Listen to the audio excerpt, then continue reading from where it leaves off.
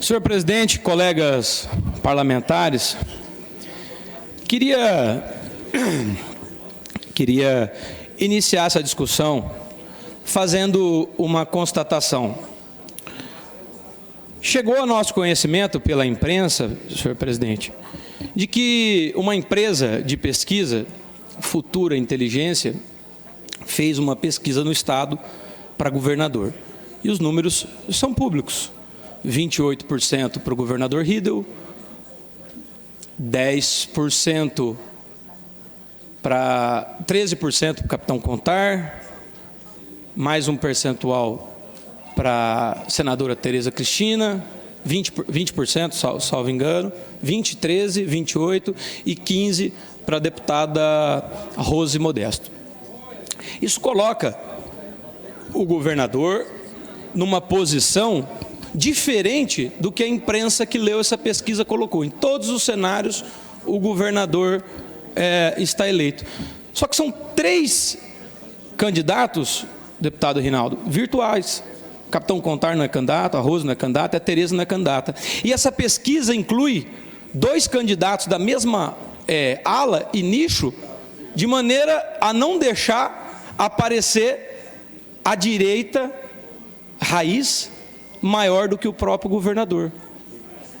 Soma 20% com 13%. Tereza não é candidata e nem o capitão Contar.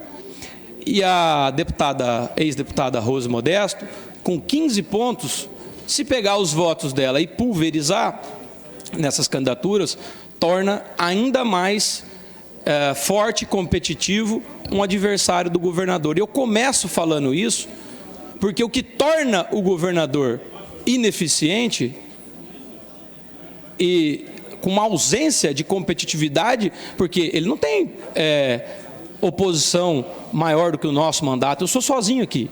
Ele não tem a imprensa falando para ele os defeitos do governo dele. Ele não tem imprensa mostrando que ele fez 4 licitações dentro da Secretaria de Obra e que o secretário dele, por falta de preparo na pasta, porque não quero criticar a pessoa do secretário que caiu, mas não era um engenheiro de carreira que conhecia aquela pasta. E ali está um erro do governador, ao formar a equipe, ao não construir unidades habitacionais, ao não despender o orçamento mínimo de 1% constitucional com esse tipo de investimento. Ao colocar o secretário de Fazenda dele, que não tem formação, deputado Paulo Duarte, na área, e que se omite e recusa a prestar informações, deputado Paulo Duarte, fiscais ao parlamento, e foram condenados por isso. E isso demonstra falta de capacidade técnica ao formar equipes. Esse é o reflexo.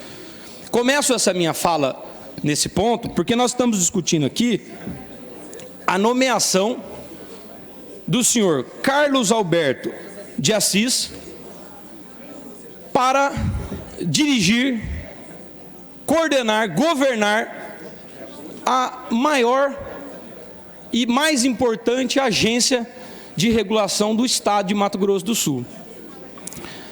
Pessoalmente, quero antecipar a Vossas Excelências, nada contra esse senhor, mas acho que a escolha política dele para a Federação de Futebol seria mais exitosa do que para a Agência de Regulação dos Serviços das Tarifas, deputado Rachioca. Talvez o futebol tivesse melhor. Talvez não tivesse tanta lambança lá, porque ele entende de futebol, ele entende de festa. Deputado Pedro Oceaneto, ele entende de festa. E esse está o erro do governador, colocar, talvez, pessoas certas em lugares errados. E o que eu tenho a dizer aqui sobre essa nomeação é que, como pode a Comissão de Constituição e Justiça trazer para esse plenário uma violação tão grotesca e literal do comando legal? A nossa Constituição Estadual, a lei que criou essa agência, não permite que nós deputados, convalidemos um ato administrativo de escolha do senhor governador, que por mais discricionário que possa ser, deputado Zeca, é um ato ilegal. E o ato ilegal, ele não se convalida no tempo para recondução de mandato. Aliás, o Tribunal de Contas da União promoveu uma gestão junto ao Congresso Nacional para unificar os mandatos das agências. Isso está no julgado do Tribunal de Contas da União, recomendando a não recondução para que não fosse desvirtuada a natureza, deputado Zeca, das agências e a independência delas. Ou seja, há uma recomendação técnica do maior órgão de contas da nação. Não concedo porque meu tempo é curto. Tá certo. Obrigado, hein, se sobrar, eu concedo sim, não é por falta de... Não, eu não quero. Se sobrar, eu não quero. Perfeito. Então o senhor fica sem. E o Tribunal de Contas da União, deputado Zeca, colocou essa orientação de que os mandatos não fossem renovados. Mas a ilegalidade que eu quero trazer aqui é para esse plenário não convalidar esse ato ilegal do governador Eduardo Riedel. Por quê? A lei estadual que criou a agência e é vigente, Lei 2363/2001, no seu artigo 8º, inciso 4º, diz o seguinte: comprovada a capacidade técnica com habilitação e experiência profissional de nível superior compatível com a função. Daí pego o currículo que foi enviado para a CCJ. A formação do indicado está aqui, a formação prática: gerente de banco, assessor legislativo, secretário de Estado, secretário especial de articulação, e o que dá a experiência profissional de nível superior compatível com a função é professor de Educação Física formado pela Faculdade de Fátima do Sul, FIFASul. Vejamos, a lei federal que regulamenta a atividade de educação física e cria as obrigações, que é a Lei 96 de 1998, no seu artigo 3º diz: compete ao profissional de educação física coordenar, planejar, programar, supervisionar, dinamizar, dirigir, organizar, avaliar, executar trabalhos, programas, planos, projetos, bem como prestar serviços de auditoria, consultoria, assessoria, realizar treinamentos especializados, participar de equipes multidisciplinares, interdisciplinares, elaborar informes técnicos, científicos, pedagógicos, todos da área de atividade física e de desporto, que não compete em absolutamente nada com a agência e o cargo do indicado. Ou seja, se trata de um ato ilegal. E mais, essa lei autorizou a criação do CONFEF.